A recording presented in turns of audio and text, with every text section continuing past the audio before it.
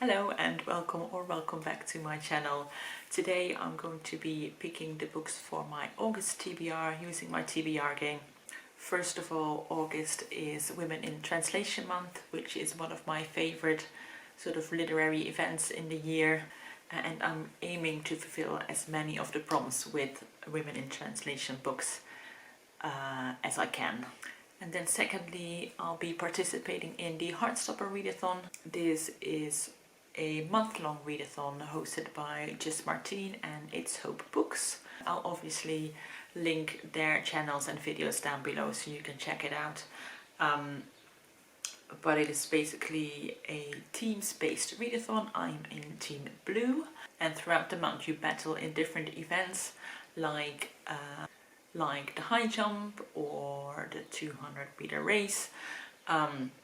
If you have seen the last Heartstopper TV series, it might sound familiar to you because it is based on Sports Day. So yeah, you have these different events throughout the month and you battle against the opposite team. But you don't know in advance how you're gonna win. So it could be the team who reads the most books, it could be the team who reads the most pages, it could even be who reads from the most different countries. Which would work out well for me, but I honestly have no idea how it's going to work out, and it works perfectly for me because I'm just gonna pick my TBR as usual and then just sort of see how it fits in with the readathon. And then lastly, I want to mention that I'll be reading I Who Have Never Known Men by Jacqueline Harpman. We are reading this for the Rhodes Book Club. And it is also a book in translation. And I think I've also scheduled a buddy read for this book with Kim over at Middle of the Book March, but we talked about it quite a long time ago, so I'm going to check if she's still keen to read this with me. And I think that's all I wanted to say beforehand. So let's get into the first roll. Roll number 1 is 4. 1, 2, 3, 4. Okay, on the first roll I landed on jail, and in the original game you are stuck there until someone, I believe, passes you or lands on the same space and frees you from jail. And what I made from this is that I have to read all the books from my previous TBR before I can move on to other books. And I'm filming this a little bit early because I'm going away on a trip next weekend. So I'm in the middle of a couple of books that I am pretty certain I will finish before the end of the month, but there's 2 books I'm not sure I will finish. First, I have the book that I picked for the prompt, a debut novel, and that is Skinship by Yoon Choi. This is a short story collection, and this is actually a book that has been on like 4 or 5 TBRs this year, which is a sign to me that maybe I'm not as keen to read it. So having this little extra push is probably good, because I do still think this is going to be a book I like. And then the other book I still need to finish is The Fifth Season by N.K. Jemisin. So one of the prompts last month was to reread a book by a black author, and I wasn't sure which book I was going to pick, and this was one of my options. And it's one of those cases where you didn't know you wanted something before you thought of it. You know, when someone is talking about burritos or something, and now that's all you want to eat. You know, you woke up in the morning and you were definitely not thinking about burritos, but now someone has mentioned it, that's all you can think about. That's sort of what happened with this book. I wasn't planning to reread a sci-fi fantasy book, especially one that is quite chunky, but now I'm really in the mood for this. Like I said, this is a reread, but I couldn't really tell you what this book is about. One, I'm very bad at remembering the plot, and I think with this particular book the plot was quite complicated to begin with. So I'm going more on vibes here, and the vibes were dystopian commentary on how we treat black people in the past and in the present with geology, and there's something in the sky. So yeah, those are the 2 books I have to read before I get out of jail. Roll number 2. It's 4 again. 1, 2, 3, 4.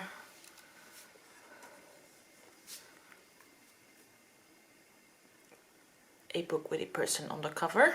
Prompt number 2 was a book with a person on the cover.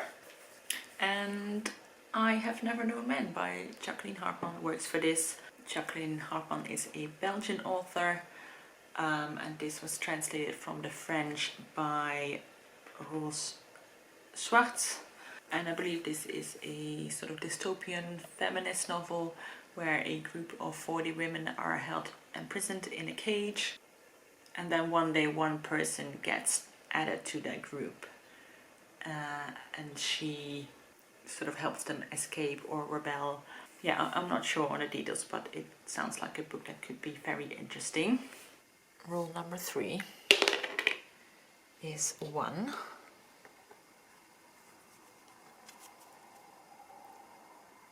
A book with a 1-word title. Rule number 3 was a book with a 1-word title. And I will be picking Feria by Simón for this one. This is a book that is translated from the Spanish to Dutch. I have it on my e-reader, so I don't have the translator at hand, but I put it in the screen. And purely based on the cover, I feel like this could be a good summer read. And from what I've heard, this book caused quite an uproar in Spain when it first came out, sort of inspiring this civil movement against poverty. So I'm very keen to read this book, which has obviously had quite a big impact for our country. Rule number 4 is 6. 1, 2, 3, 4, 5, 6. And that brings me to the end of the game. So I will pick both a prompt to read and a prompt for a book to buy. The reading prompt is a book from Asia, and the buying prompt is a book on disability or mental health. Then rule number 4 took me to the end of the game, and I picked both a reading prompt and a book buying prompt. The reading prompt was a book from Asia, and I picked The Last Quarter of the Moon by Zijian. And this is translated from the Chinese by Bruce Humes. Has a family tree at the beginning. So I feel like it might be an intergenerational family saga, which is something I really enjoy. This is about a woman who is part of the Evenki tribe, which I'm guessing are like indigenous people from China. And it says that they live very closely to nature, and this is about the time when Japan invaded China in the 1930s, and how that obviously uproots their lives. It sounds like exactly my kind of thing, so I'm hoping I will enjoy this one. And then the book buying prompt was a book with disability or mental health representation, and I think I'll probably buy Disability Visibility for this, which is an essay collection put together by Alice Wong, which is a book that's been on my wish list ever since it first came out. I am still at the beginning of my journey of learning about ableism, and I feel like that book is a really good place to start. So back at the beginning, rule number 5 is 2. 1, 2. That is a new to me author. Number 5 is to read a book by a new to me author, and I picked Employees by Olga Ravn for this one. I've seen quite a few people read this book, and I feel like the response is either like, what the hell did I just read? Or, this is brilliant, I love this book. It is translated from the Danish, and again I don't have the translator at hand, but I'll put it on the screen, and I'm very curious where I land with my opinion on this book. Although I realize that what the hell and brilliant aren't mutually exclusive categories. Rule number 6 is 6. 1, 2, 3, 4, 5, 6.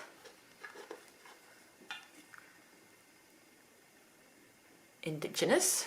Prompt number 6 was a book by an indigenous author, and for that I picked Slechts in diefstal by Ann-Helén Laestadius.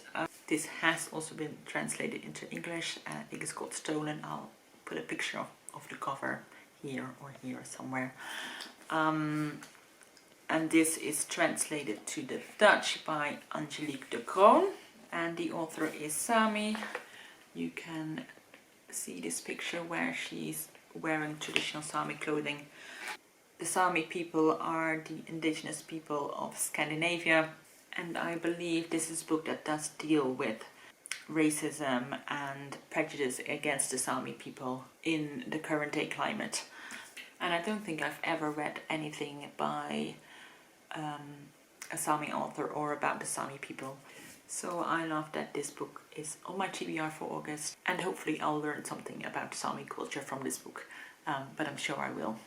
Rule number 7 is 4. 1, 2, 3, 4. Another reading prompt. The book that has been on my shelf the longest. Then prompt number 7 was the book that's been on my shelf the longest. So this isn't a book in translation, but that's okay because I've managed to pick quite a few books by women in translation already. The book in question is The Memory of Love by Aminatta Forna. And even though this isn't translated, it is set outside of the Western world. It is set in Sierra Leone. And one of the things I love about reading women in translation is to learn about different countries and different views from around the world. So even though it's not translated, I think it still fits in with the spirit of the month. I know very little of what this book is about. It is set in Sierra Leone and it spans a few decades, from 1969 I'm guessing up till now. And admittedly I have zero knowledge of Sierra Leone, so I don't know what was going on in the country during that time period, but I guess I will learn something about that in this book. Based on the title, it's probably also a love story of some sorts, and I'm sorry to be so very vague, but there we have this one. Rule number 8 is 6. 1, 2, 3, 4, 5, 6. That's a swan, so that's another book buying prompt.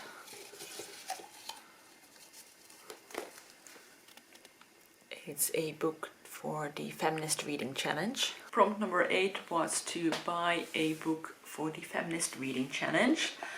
I have my notebook right here where I keep track, and I still have to fulfill 1, 2, 3, 4, 5, 6, 7, 8 prompts, and there's 2 where I don't already have an option for on my shelves, and they are a book inspired by a fairy tale from a country that is not your own, and I'm interpreting this as a fairy tale that I didn't grow up with, because obviously the most well-known fairy tales in the Netherlands are the fairy tales of Grimm or Hans Christian Andersen.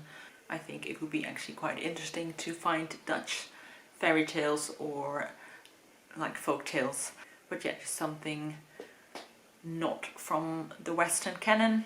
And then the other one is a fantasy book by women of color. And I would love suggestions for both of these prompts, because they're not really genres I'm very familiar with. So if you have any idea of what books to read for this prompt, then please leave them down below. Rule number 9 is 5. 1, 2, 3, 4, 5. Another book buying prompt.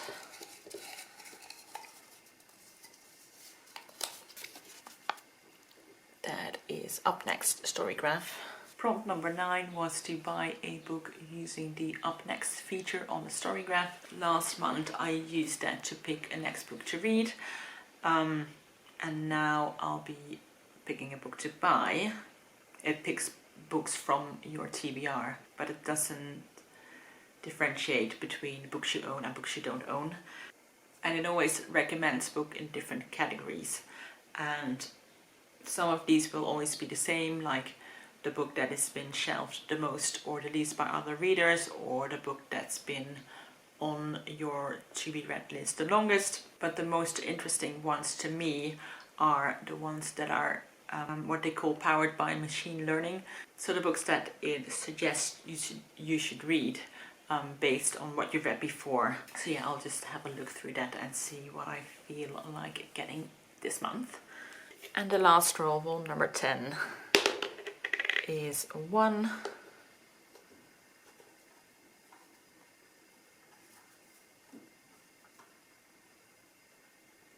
and that is a book with a protagonist over 40.